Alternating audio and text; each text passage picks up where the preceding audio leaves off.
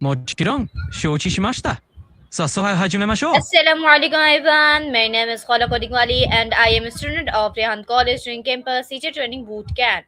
Today I am going to take a talk with call with Annie. So my important topic is how to practice self confidence and forgive yourself. Self confidence means trending of ourselves with the same kindness practice and understanding that we would offer to a friend. Everyone makes mistakes, but learning of the forgive ourselves help us grow, becoming more confident, and life is a happier life. So let's start the colony. So my first question is my first question is, what does compressing mean to you? Please give me a long answer. That's a wonderful topic, Khoula. I'd be happy to dive into it. When we talk about self-compassion, we're really focusing on treating ourselves with the same warmth and understanding that would show a good friend. It's about acknowledging that everyone makes mistakes or faces tough times, and instead of...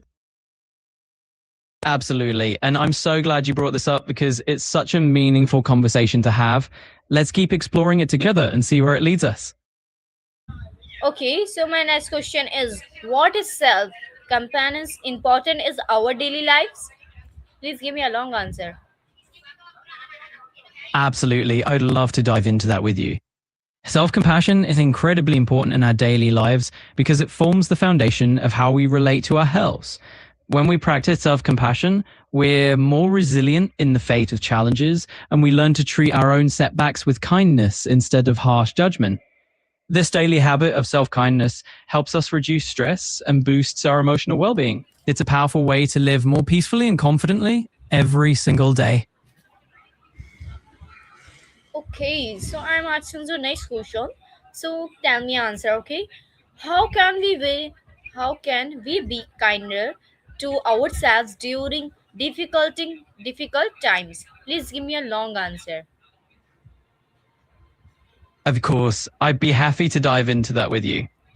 When we think about being kinder to ourselves during difficult times, it really means allowing ourselves to acknowledge our struggles without judgment.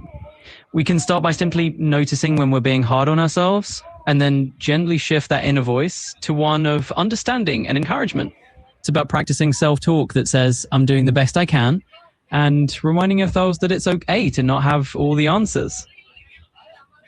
Okay, so thanks. You give me a very nice answer. So my next question is, why do people often struggle to forgive themselves? Please give me a long answer. You're very... Of course, I'm happy to dive into that. People often struggle to forgive themselves. Absolutely. Let's keep exploring that idea. It's very common for people to struggle with self-forgiveness simply because we often hold ourselves to much higher standards than we would hold anyone else. When we make mistakes, we tend to be our own toughest critics. And that inner critic can really make it hard to let go of guilt or regret. It's natural to feel that way, but recognizing that everyone makes mistakes and that perfection is impossible can help us move towards self-forgiveness over time. Okay, so give me a very nice and brilliant answer. So my next question is, I'm asking you, what are some common mistakes people blame themselves for? Please give me a long answer, okay? Absolutely. I'd be delighted to dive into that. So when it comes to common mistakes that people blame themselves for, it often starts with those moments where we feel we've fallen short of our own expectations. For example, people often blame themselves for career decisions that didn't pan out as expected, or for personal relationships that may not have worked out. They might blame themselves for not meeting certain goals, or for making a choice that, in hindsight, they wish they could change. It's quite common for people to internalize these experiences and think, if only I had done something differently. But the reality is, these moments are just part of being human and learning as we go. Okay, so my next question is, how can positive self-talk help build self-confidence? Positive self-talk can be a powerful tool in building self-compassion because it helps us replace that harsh inner critic with a more supportive and understanding voice. When we consciously practice talking to ourselves as we would to a friend, we create a more gentle and forgiving internal dialogue. This shift makes it easier to treat ourselves with kindness, and especially during tough times, and ultimately helps us build resilience and a more compassionate relationship with ourselves. Okay. So my next question is, what does how can forgiving yourself improve your mental health?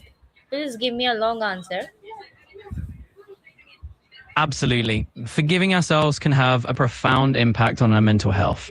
When we let go of self blame and allow ourselves to move on from mistakes, we release a significant amount of emotional burden. Okay, so my next question is, why should we stop comparing ourselves to others? Please give me a long answer. Absolutely. I'd be happy to dive into that. It's a really important topic. When we constantly compare ourselves to others, we set ourselves up for unnecessary stress and disappointment.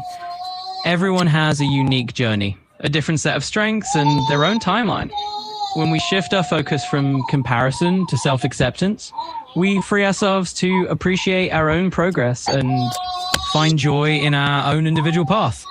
In the long run, this mindset fosters a healthier self esteem and a more positive outlook on life.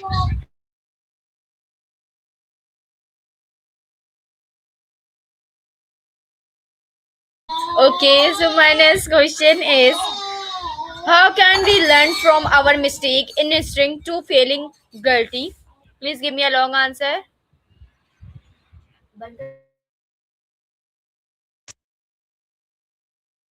It sounds like you're asking how we can learn from past mistakes without feeling burdened by guilt.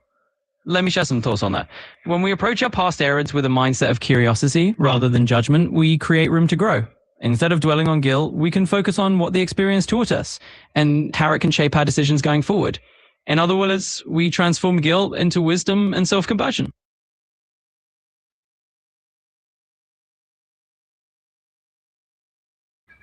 Okay, so my next question is, what habits can help us become more confident toward ourselves? Please give me a long answer. Certainly. Let's explore that. Learning from our mistakes without feeling weighed down by guilt starts with self compassion. When we treat ourselves with kindness and understanding, acknowledging that everyone makes mistakes, we create a space where those mistakes become lessons rather than sources of shame. Developing habits that encourage a reflective but gentle approach to self evaluation can be very helpful. For instance, you might keep a journal where you write about what happened, what you learned, and how you can approach similar situations differently in the future. This habit helps shift the focus from guilt to growth. Another helpful habit is practicing positive self talk. Instead of harshly criticizing yourself, you can practice speaking to yourself as you would to a good friend. Over time, this creates a more supportive internal dialogue. Even mindfulness exercises like meditation can help you maintain a balanced perspective, allowing you to acknowledge feelings without letting them define you. In essence, building habits like these encourages a mindset of growth and self kindness, which allows you to learn from your history in a healthier and more constructive way. Okay, so my next question is, how does self comparison improve self confidence? Please give me a long answer. Absolutely. Let's delve into that. When we practice self comparison in a positive way, it can actually help us build self confidence. Now, this doesn't mean comparing ourselves harshly or negatively to others. It means comparing our present self with our past self. When we take a moment to look back and see how far we've come, recognizing the growth we've achieved, the challenges we've overcome, and the skills we've developed, we build a sense of accomplishment. This kind of self reflection helps reinforce the idea that we are capable of growth, and it builds confidence in our ability to continue improving in the future.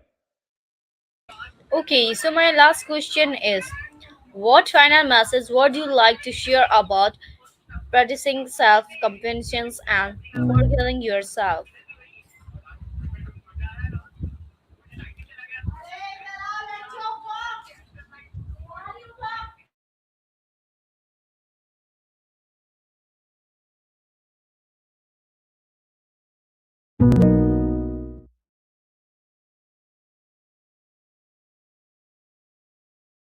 Absolutely. And just to wrap up that idea, comparing your current self to your past self is like giving yourself a roadmap of your own growth. It's a gentle, encouraging way to recognize your achievements and say, hey, I've come a long way. And honestly, that's one of the best ways to boost self confidence over time. Okay, so thank you so much for sharing your very best thoughts and expressions. I hope this interview will be everyone understand the importance of self communications and self forgivings. Thank you for watching. Have a wonderful day. Okay, Allah Hafiz. You're very welcome. I'm so glad we could have this chat, and I hope everyone does find it helpful. Self compassion and self forgiveness are definitely worth embracing. Have a wonderful day too, and take care.